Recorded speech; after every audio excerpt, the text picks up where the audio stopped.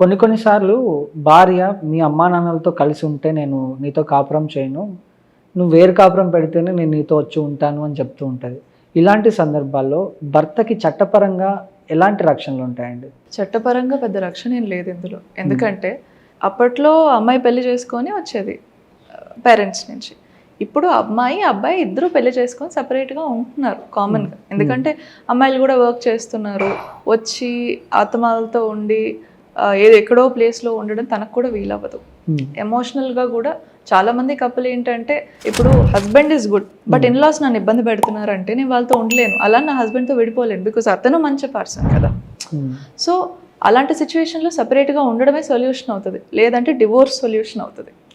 Divorce కంటే ఇది better కదా. సో ఉండే చోట ఇలాంటి ఫోర్స్ ఏం లేకుండా చేయొచ్చు. కానీ కొన్ని సిచ్యువేషన్స్లో ఎట్లా అంటే సపరేట్గా రాలేరు. పేరెంట్స్ ఎల్డర్ సిటిజన్స్ ఉంటారు, బాగా ఏజ్డ్ పర్సన్స్ ఉంటారు. సో వాళ్ళని వదిలేసి రాలేడు హస్బెండ్. వైఫ్కి అయినా కూడా అదే సిచ్యువేషన్ వాళ్ళ పేరెంట్స్తో. అలాంటి సిచ్యువేషన్లో కొంచెం మెచ్యూరిటీతో ఇదర్ అంటే మీరే సైకాలజిస్ట్ దగ్గరికి వెళ్ళి ఎలా డీల్ చేయాలి ఈ విషయం అని చెప్పి సిచ్యువేషన్కి తగ్గట్టు టిప్స్ చెప్తారు వాళ్ళు కూడా. లేదు వాళ్ళు అవసరం లేదనుకున్నా సరే ఓల్డ్ ఏజ్ ఏదో వాగుతుందని చెప్పేసి మీరు మీ హస్బెండ్తో హ్యాపీగా ఉండొచ్చు. I know it is very difficult to deal with, కానీ మంచి పేరెంట్స్ ఉన్నారు బాగానే ఉన్నారు అని కొంచెం అర్థం చేసుకోగలిగితే బాగానే ఉంటుంది.